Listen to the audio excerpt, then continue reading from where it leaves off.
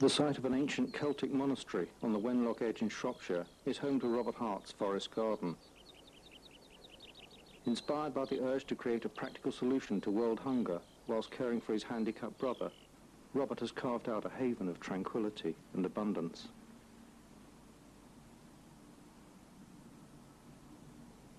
His vision was to plant a miniature edible forest which could fulfill the needs of a healthy diet in beautiful surroundings. Some 30 years later, this mature garden in Welsh border country now serves as a model of what can be achieved in any backyard. Success depends on the understanding that useful plants can be grown in a succession of layers which imitate nature. The natural forest is regarded as having 7 stories, as they say. The top story being tall, light-demanding trees. The second story is short, shade-tolerant trees. The third story is the shrub level. The fourth, the herbaceous. The fifth comprises plants that spread horizontally. The sixth is the rhizosphere, or root area, and the seventh is the vertical layer, comprising climbers and creepers. Mahatma Gandhi has been the enduring inspiration for this vibrant greenery. His vision of a world order based on democratically organised, self-sustaining small communities is the guiding principle of Robert's work. But other influences are to be found amongst the trees which have both practical and spiritual significance. This tree is a Japanese ornamental plum dedicated to Toyohiko Kagawa, who was known as the Japanese Gandhi. He was a Christian evangelist and also a political and social reformer. He spent half his life in prison and the other half advising government departments on such questions as slum clearance. Like Gandhi, he was vitally interested in all aspects of human welfare, and at one time he became concerned about erosion in the Japanese Alps, which had been caused by wholesale deforestation. He realized that the only basic answer was a program of tree planting, and the only way to induce the hill farmers to plant trees was to get them to plant fodder-bearing trees which would provide food for their animals as well as halting erosion. He was thus, as far as one knows, the first man in history to see the link between conservation and food production. Since the death of his brother, Robert's time is now divided between writing and gardening.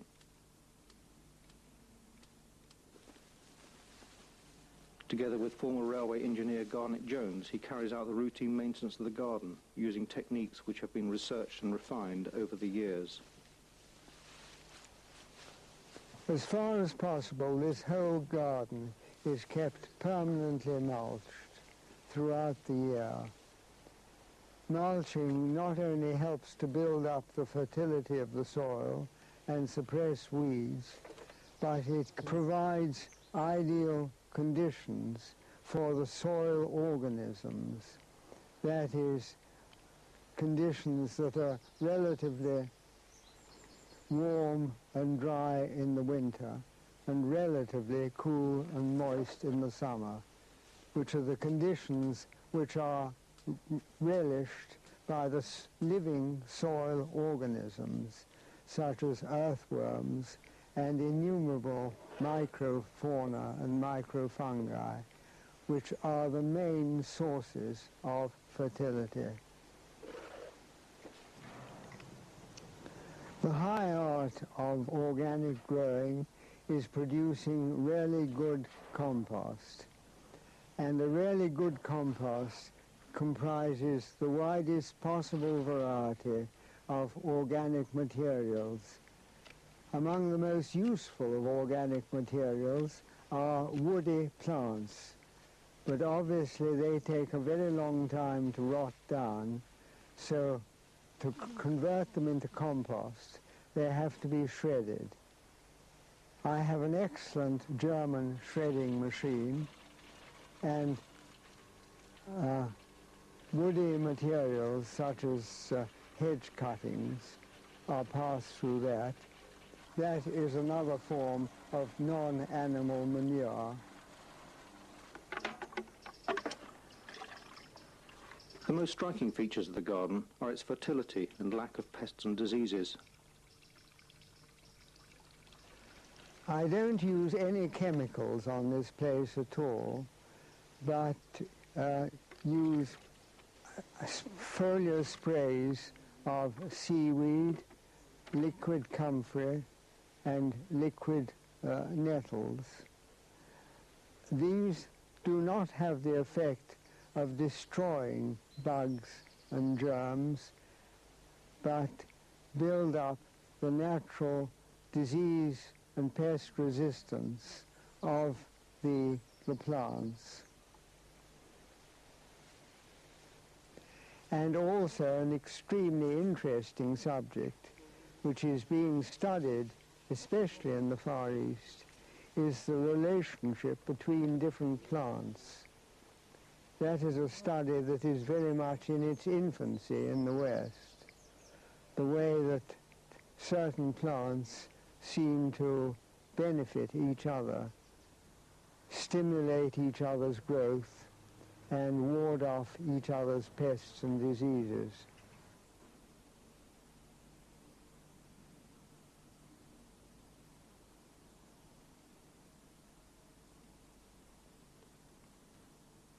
At first, it's not easy to identify the different layers in the lush density of the forest garden, but a guided tour soon unravels the complexity to reveal an intriguing design. This shows 4 of the 7 layers of the natural forest. First, this is an old pear tree which constitutes what is called the canopy, that is the highest layer of the 7 layer of the natural forest. Then the low tree layer, this is a stag's horn sumac, which the Americans call a lemonade tree, which constitutes the low tree layer of shade-tolerant short trees. Below that is the shrub layer, consisting of currants, gooseberries, and other soft fruit bushes. This, for instance, is a black currant. Below that is the herbaceous layer, consisting of herbs such as this apple mint and that woundwort.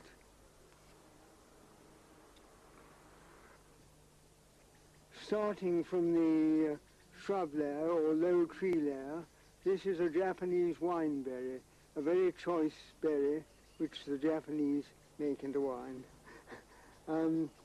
Below that, covering the ground, is this, which is also a member of the same raspberry blackberry family, called Rubus nutans, which spreads horizontally by underground rhizomes, so it's liable to turn up all over the place, and it produces a small sweet berry. The 6th of the 7 layers is the rhizosphere or roots layer, where are grown plants that are cultivated for their roots or tubers. This is a plant called mashua, which comes from the Andes, where the potatoes also come from. And it's a kind of small potato with a nasturtium-like flower, a very attractive flower of the nasturtium family.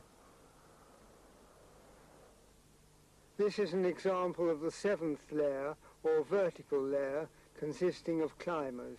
In this case, a nasturtium and a runner bean, which are about to climb this old wild cherry tree. Last year I had a nasturtium and a runner bean trained up an edible rowan, and they climbed almost to the top. It was strange to see runner beans in the branches of the rowan tree. Well, this is another example of the plants that cover the vertical dimension, originally called a Chinese gooseberry, but first imported into New Zealand, so it's become called a kiwi fruit. It is a climber. Bill Mollison, the founder of Permaculture, told me that kiwi fruits climb to great heights up trees in Tasmania. So I'm hoping this will climb too.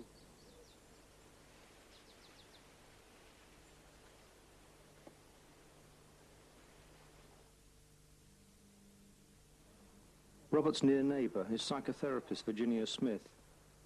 They're currently exploring the links between personal and planetary health. Something you said last week, Robert, about unlocking the fertility of the soil. Can you repeat that? Well, you quoted some words by William Blake saying that the mind of man is a garden already planted and sown, and it's a question of cherishing the plants that are already there. And I think it applies really very much to the soil as well. They speak of fertility being locked up in the soil. And one of the main aims of promoting fertility is not something that one puts on so much as releases that is already there. It's a question of allowing the activities of such things as soil roots and earthworms that make channels in the soil and therefore build up the circulating system so that the energy and fertility that's already in the soil is free to circulate. Nature's complex web of inputs, checks and balances are constantly encouraged, minimizing the effects of drought and ensuring a constant cycle of fertility. The result is healthy crops which supply a local greengrocer and whole food restaurant.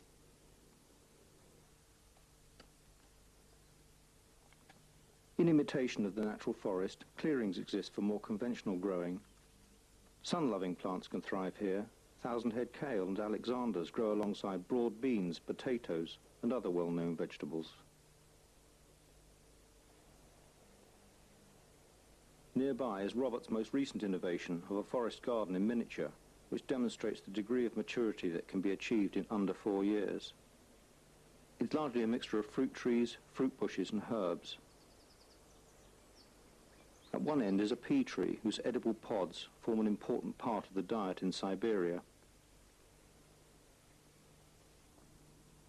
To the untrained eye, the profusion of exotic species thriving on Robert's land seems bewildering. However, it's relatively easy to create a backyard forest garden using familiar trees and plants. The advice I give to anyone who asks me how to start a forest garden from scratch is to plant an orchard of standard fruit trees at recommended intervals, that is about 20 feet each way. Then plant dwarf trees in midway between the standard trees, plant fruit bushes, currants and gooseberries, in between the trees, and plant herbs and perennial vegetables on the ground level.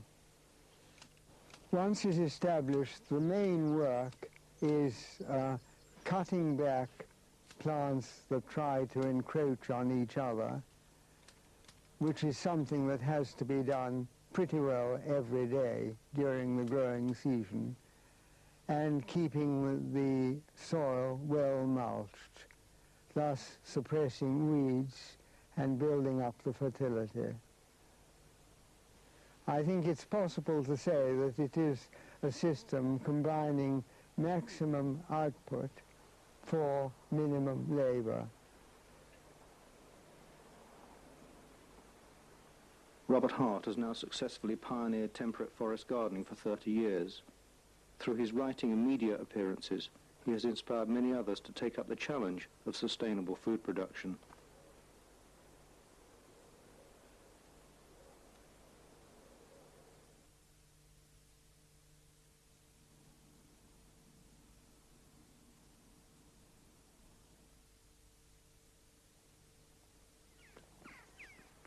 "10 years as a London bus driver drove Ken Fern to look for an alternative way of life.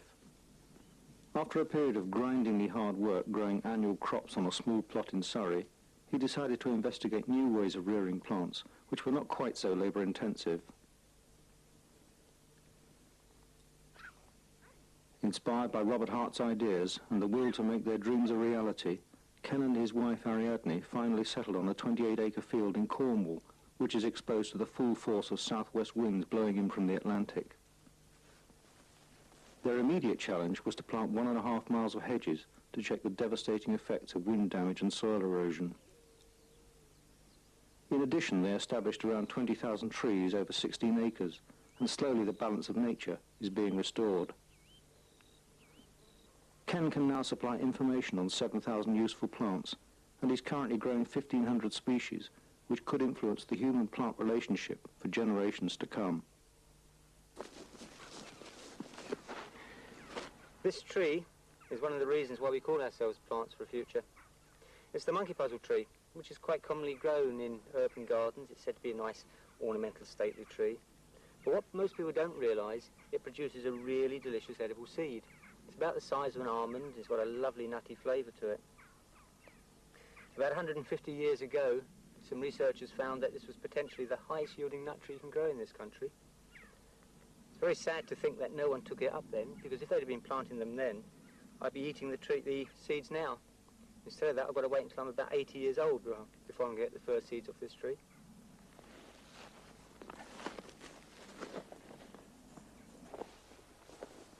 This wonderful tree is called a sea buckthorn. And this particular species comes from the Himalayas. And there it's become a multi-million-pound industry where they grow it for the fruits, which are used to flavour fruit drinks, etc. And in Sweden, they've been doing a lot of research with these plants, and they found that these fruits contain certain essential fatty acids, which are really effective in either preventing cancer if you eat the fruits on a regular basis, or in curing cancer if you're suffering from the early stages of cancer. The fruit itself is quite small and tastes like a really sharp lemon. I quite like eating sharp fruits, but for people who don't, you just make a juice of it and mix it in with something else a bit sweeter.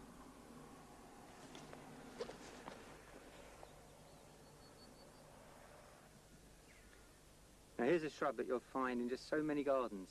It's called Elaeagnus, and it's widely grown as a hedge because it's really wind resistant. In fact, you can grow it right on the seashore without any problems at all.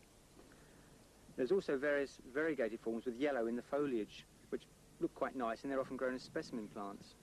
What people don't realise is if you grow this with the yellow variegated forms, you can produce a really heavy crop of a tasty fruit, and it's ready in April. And if you can tell me any other fruit you can get out of your garden in April, I'd like to know about it. And it's not only got a nice edible fruit, which is about 2 centimetres long and about 1 centimetre fat, but inside that it's got a pretty tasty edible seed as well. So here you've got a nut, you've got a seed, and you've got a good hedge plant. Really, what else can you want to grow in your garden? This is an area where we grow many of the more conventional fruits, such as gooseberries and raspberries and blackcurrants. And this one, which is slightly less usual, is the Worcesterberry. You can see the fruits developing here. When they're fully ripe, they'll taste like a blackcurrant, but in the unripe stage, they taste more like a gooseberry. But even in this area where we're growing the more conventional fruits, because we are what we are a bit unconventional as well. And you see growing by the side of it, this little hawthorn here. This isn't our native hawthorn, but it's a species from North America. And this particular one has fruits about the size of a cherry, with an absolutely delicious taste. And in a few years' time, this will be about 20, maybe 25 or 30 foot tall. It'll provide a little bit of shelter here for the soft fruit, which they'll appreciate. And we'll have, as a bonus, we'll have in September these really delicious fruits.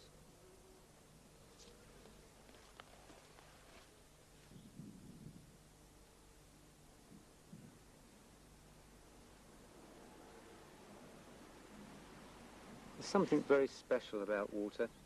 Putting a pond in the garden really adds a wonderful atmosphere to the garden. This particular pond was only put in about 11 months ago. But already you can see there's quite a number of plants growing here, and there's loads of creatures living here. We've got water boatmen, we've got pond skaters, whirligig beetles, and we even had some toad spawn and frog spawn laid in here and some newts. My main problem with the pond is that when I start walking past it, I invariably sit down and just start watching what's going on, and it's half an hour gone before I'm even aware of it. So it stops me doing quite a lot of work, but it's quite worthwhile, I think. One of the plants we've got growing here is a little fern. It's called a zolla. And it's quite an interesting plant. It's very, very vigorous. We actually cleared all of it off here about a week ago. You can see how quickly it's grown back. In another week, we're going to have to clear it off again. But that's a bonus, because it's going to provide us with a lot of organic matter for our compost heap. And not only that, living on the roots of this fern, there's a little blue-green algae which puts nitrogen in there. So it's a really, really good compost activator. And whilst it's growing on the pond here, there's various creatures that can live amongst the roots and feed off it. And by giving a nice coating over the pond, it prevents too much algae growing. At the far end, there's a thing called some duck potatoes. And this is actually cultivated in China for its edible tuber, which is about the size of a large egg and very starchy, a bit like a potato when you cook it. It's a staple crop out there, and there's no reason why it couldn't be a staple crop here as well. So you can have a pretty pond and also produce quite a bit of food out of it.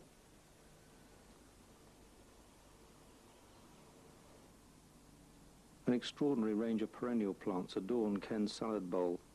The leaves of this campanula versicula combine with daffodil garlic flowers to create a beautiful dish. And it's in the salad bed where horticulturalists Ian and Martha Griffiths are introduced to some novel tastes. Yeah, this little dandelion-like creature comes from the Mediterranean, and it's called Richardia picroides. I can't give you a common name for it, I'm afraid, because it hasn't got one.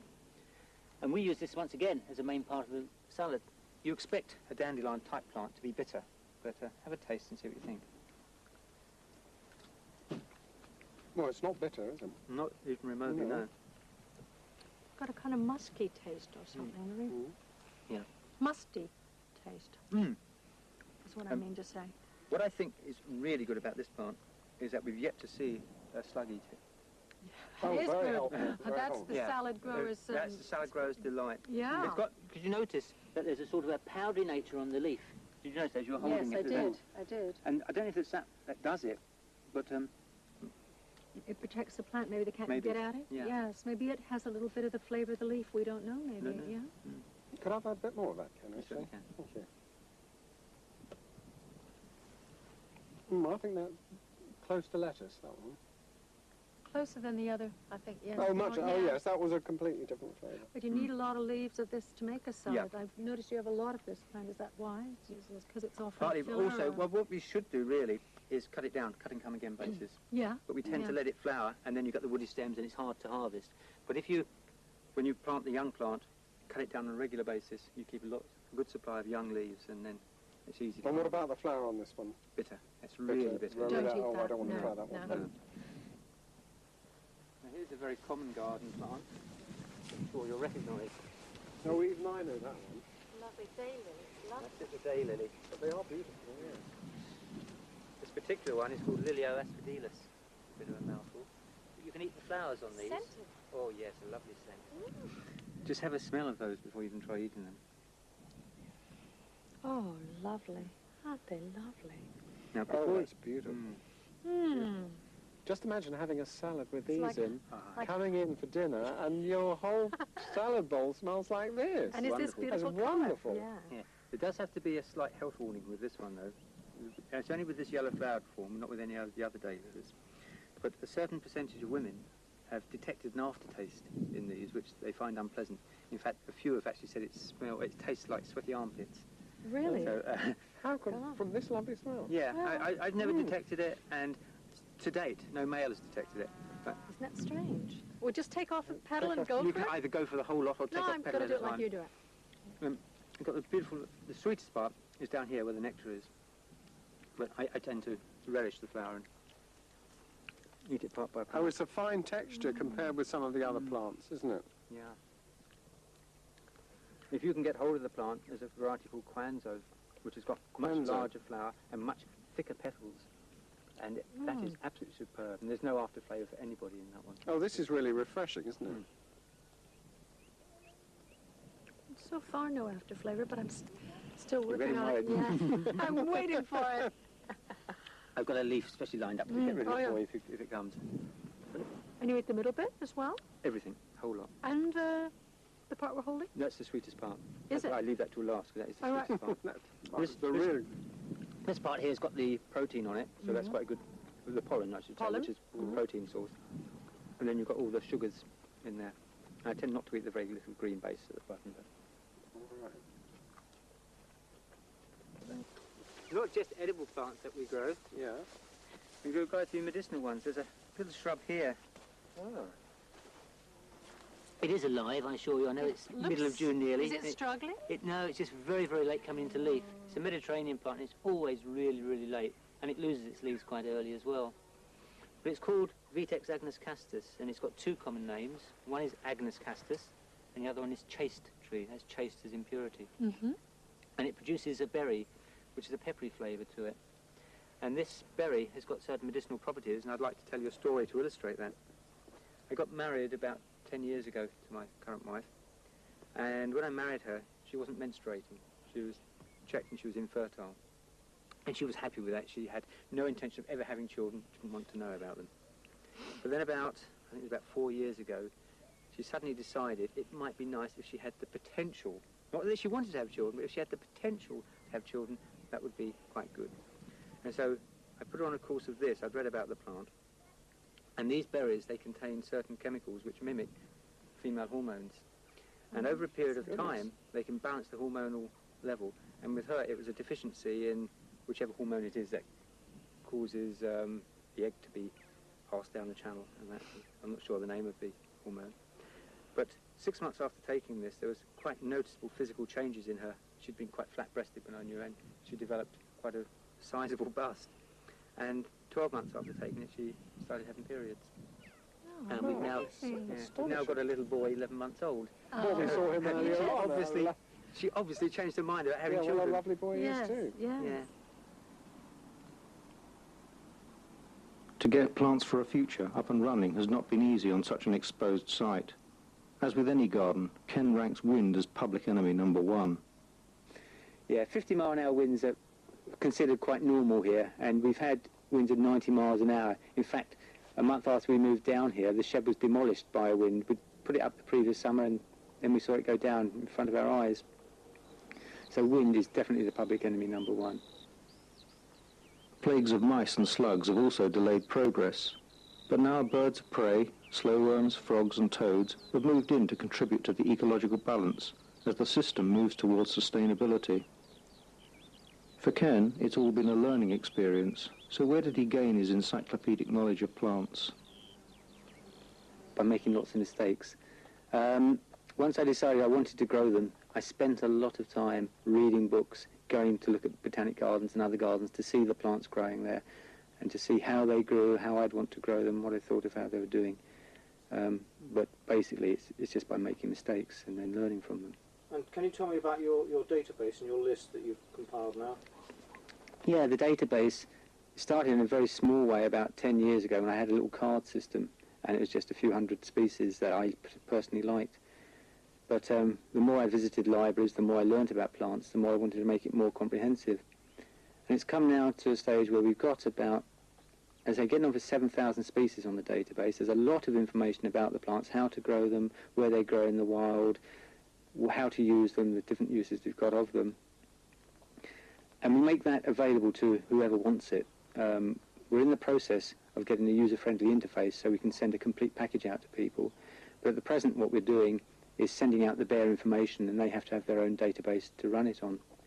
But I do warn people they need a big disk for it, because it takes about, well, up to 30 megabytes of disk space depending on what format you want it in. In return for theoretical knowledge, visitors are encouraged to work in the garden and gain practical experience. Now that Plants for a Future has been established in outline, what happens next? Yeah, the framework's definitely there, but what we've got to do is increase the amount of plants we're growing, and as the shelter increases, manage to grow better plants than we're growing. Quite honestly, in many places we're growing quite poor quality plants because there's so much wind damage. So it's getting the hedges to grow, getting the protection up there, and then propagating the plants so we can actually supply them to people. So when people come here and see what we're doing, they taste the foods that we're growing, then we can say, here's the plants, take them, do it yourself. 28 acres is gardening on a grand scale, so how does this relate to ordinary householders? Well, certainly on a garden level, when you've got a reasonably small piece of land, you've got the time to work it, it's very, very easy. On this sort of scale, you need quite a lot of people, obviously. But on a garden level, most of the plants we grow are pretty easy. They almost grow themselves. Because they're perennials or trees and shrubs, once you get them in, get them established, that's it. You just can come back and harvest them and just a bit of weeding. But that's it. You haven't got to do your sowing every year. You haven't got to worry about all the potential slug problems or a drought in the seedlings dying. You know, the plants are there and they grow themselves. So is it essentially what you're trying to create, or what you can show people how to create, is a garden that you can eat? A garden you can eat, a garden you can wear, a garden you can use as your medicines, a garden you can use as your fuel and to build your houses. Yeah, a garden for all purposes. And a garden you can enjoy as well, that you can sit in, and a garden that doesn't take up all your time. You can actually, for a few hours work each week, produce the things that you need.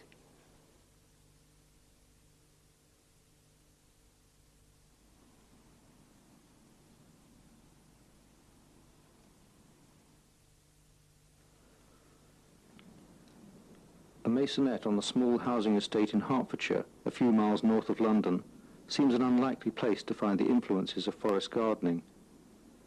But the combination of Mike Guerra's design and Julia's practical application has created a tiny garden which is enormously productive.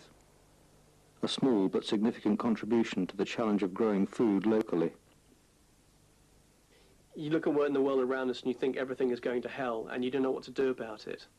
But all of a sudden somebody says, think global, but act local.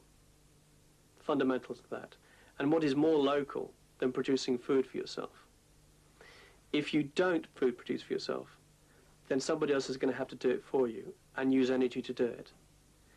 I had no idea how to grow any food. I had no idea about gardening. I was 30 years old before I realized how to grow food.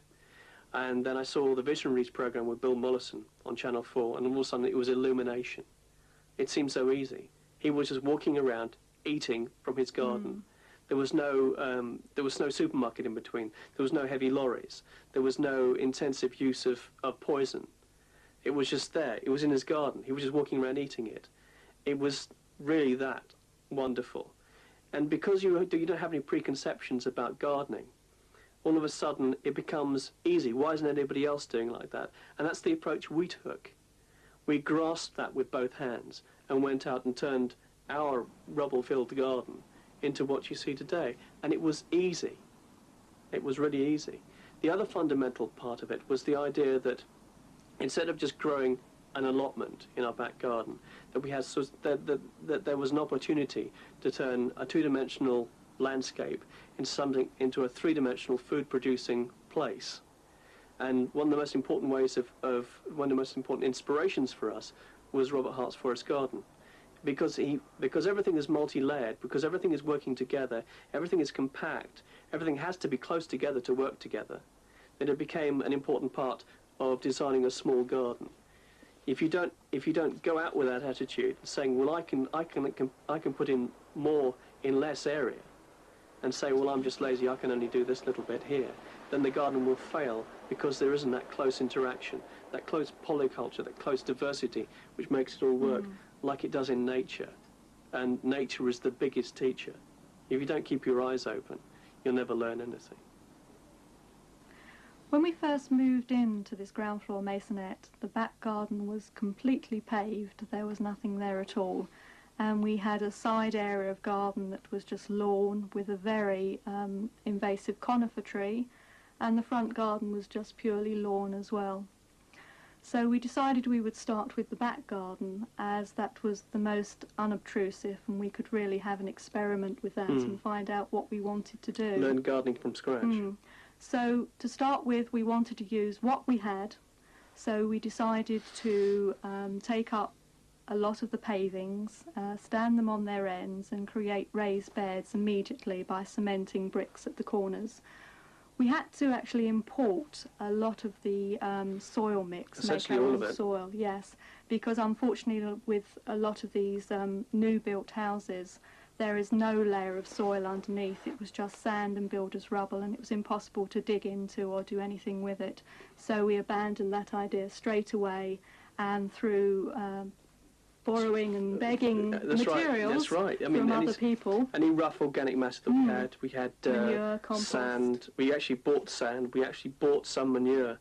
The most important thing for us, at least, to get the soil working was a little 3 bags of woodland soil with worms in it, woodland edge soil. Yes. And all of a sudden, if you go in the garden now and put your hands inside, you'll find there's a definite sponge structure, and it's there due to worms. We do no digging, and therefore we do no weeding. We do mulching on the surface. We let the worms do the work. In the first season, we were actually able to grow a number of vegetables in this system. We were able to grow beans and potatoes and some salad vegetables, which was actually quite an achievement for us. We read the back of the seed packets. That's the only we got to learn. It was only till later that we actually got books on gardening to see the husbandry of the different plants. But to get your hands dirty, get earth underneath the fingernails, to actually sow some seed and actually see it growing and for you to eat it, and then the bits that were left over you composted. The cycle there was important for us to get motivated. All of a sudden you felt a real attachment to the earth. There was a real reason to continue. It wasn't just a complete waste of time and money. You realised we had something that was worth continuing with. And it wasn't until we actually tried it out for ourselves that we realised how wonderful it all was and how easy. A quick glance round the garden makes it clear that Julia and Mike have absorbed a lot of influences. Techniques of conventional organic growing, permaculture design and forest gardening are all apparent. Putting together these ideas contributes to the success of cultivating so much in such a small space. Permaculture and forest gardening are two different things, to us at least. Permaculture is basically a design methodology, a philosophy, an ethic, a way of designing your landscape. Whereas forest gardening is basically a technique. It's a method of using or designing a multi-layered food-producing or output-producing structure, whether it be medicinal plants or whatever.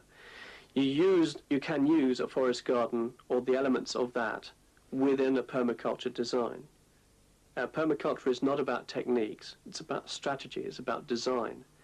Most of our garden, because it's so small, is what we would call a zone 1, which is intensive vegetables, herbs, soft fruit. But we have forest garden elements within that. We grow runner beans up some of the trees with an open canopy. We grow things layered up in front of us so everybody gets an equal chance at the sunlight. Everybody will get an equal chance at the soil layer.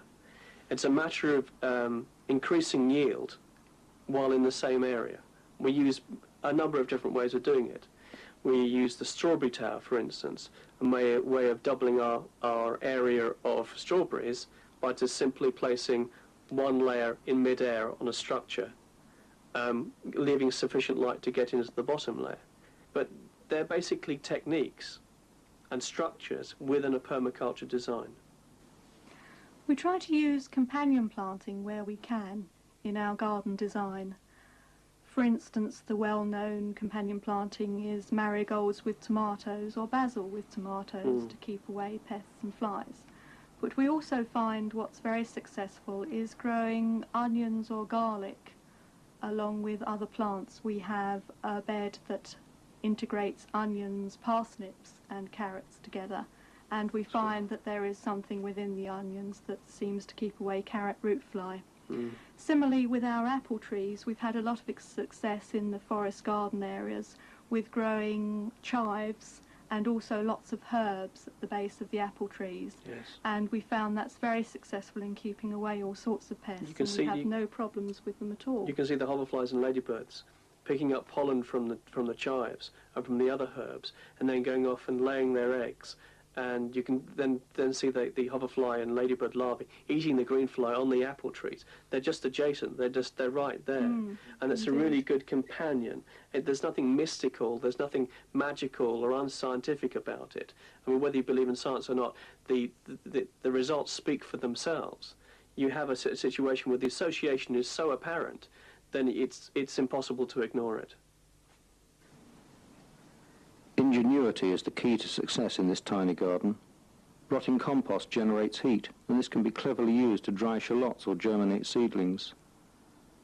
Even in the warm, insulated space above the compost bins, squashes or melons can be grown. But what of crops like potatoes, which normally require a large space to reach maturity? Growing potatoes in tyres is a really good way of growing a large crop in a small area. It's a bit more intensive than the normal potato growing method. But what you can do is you can use horse manure 3 times, and you can also grow more potatoes in the same area than you would otherwise. Simply, we use the freshly composted horse manure that we've used to heat up the hot box. We take it out and we put layers. We put the seed potatoes on newspaper at the bottom of the first tyre, put this rough compost around it. As the potato plant grows above the first tyre, we put another tyre on, more compost in, another tyre, more compost in, until you've basically filled 3 or 4 tyres. Then you let the tubers grow off the side shoots of the main stem, which the potato plant will do. And you end up with 10 to 20 pounds of potatoes, depending on variety, depending on the growing conditions. And you have a really friable potting compost from the horse manure at the end of it. So you've used the horse manure 3 times, and you've got potatoes to boot. The use of old tyres and redundant railway sleepers makes waste into a resource. Similarly, household scraps become useful items in the cycle of creating fertility. The wormery is very useful to us indeed. Basically, all of our kitchen waste goes straight into the worm bin. It's very close, obviously, to the kitchen, just outside the back door. And we probably extract the material from it maybe once, possibly twice a year. It's very good for the compost itself.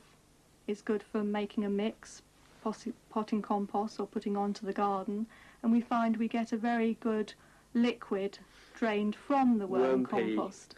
Worm pea is jolly good. Yes, which we mix with water, and certainly for feeding tomatoes and those sort of plants at this time of the year, really gives them a good fillip. Indeed, indeed. There's a lot of people seem to have a problem with wormeries. They either let them get too wet or too dry, or don't feed them often enough, or give them too many acid things. The trick is that we get our bread from the local bakers. He gives it to us in a bag, paper bag. We shred the bag, we put it in every time we buy a loaf of bread, 3 or 4 times a week. We also give a little bit of newspaper sometimes, sort of odd pieces of paper. A little bit of calcified seaweed is jolly useful if you, like us, eat a lot of chilies and onions and things like that, which are probably the worms don't find that digestible. But basically keeping the acid level down is really important, and making sure there's sufficient moisture retentive capacity. You can drain off the worm pea at the bottom regularly, and that keeps it down, but also adding woody material occasionally, and newspaper is really useful, any sort of paper product, because it absorbs some of the liquid, and it makes it more friable. The worms have an easier time of it, and it doesn't get hot. The design, the ingenuity, the fertility are all there for anyone to see. But doesn't it amount to a lot of hard work, and is it really as productive as it looks? We produce on our 75 metres squared about 400 to 500 pounds, which is about 250 kilos of food a year for the kitchen. That sort of works out at about 15 tonnes an acre, which is better than agricultural land. We do this with only 2 hours work in the garden a week. Indeed. We do not do any digging, we don't do any weeding. We just basically sow, maintain, and eat. We wanted to show that people could have a real life, but not be completely sort of tied and exhausted by producing food. Obviously what we try to do is get as much range of produce over as many months as possible. It is difficult in the winter because our main growing area at the back garden is in fact north facing, which makes it very difficult, so we do actually have just a few hardy crops through the winter. But on average we manage to have produce for ourselves from about the middle of May all the way through to October. I mean, that gives us quite a lot of produce. We even have some salads that grow over winter. Yes, we have indeed. little bits of greens here and now and again, which are really important to maintain sort of vitality. If you don't have green vegetables during the winter, you can feel very lackluster, and it's wonderful to have a bit of lamb's lettuce or a bit of rocket or a bit of overwintering chard, or some of the Japanese vegetables seems to survive some sort of frosting. Yes. It's really vital to have that sort of energy. Or raw vegetable energy during the winter, otherwise winter becomes hell, About 90% of our produce we will actually eat straight away. Although we get a lot of different things, there's usually not a glut of any one thing. Occasionally we can freeze some things. Runner beans obviously can be frozen and we can eat them possibly almost up to Christmas, which is good. We do sometimes get a slight glut of fruit, mainly sort of the soft fruit, raspberries, blackberries, and we actually make some jams. And I'm quite keen on using a lot of the herbs to make some vinegars for the kitchen use. So even in the months when we don't get fresh produce from the garden, there is usually something in the house that we've made. We also store some vegetables. We store potatoes, onions, shallots, squashes, marrows, that sort of thing, which we have a small storage area for, but because we have to eat them fast because the storage area is within the house, therefore they're not cool enough. We have to eat those sort of by Christmas or in the middle of January. We don't really have a full year's produce. At the moment. At the moment.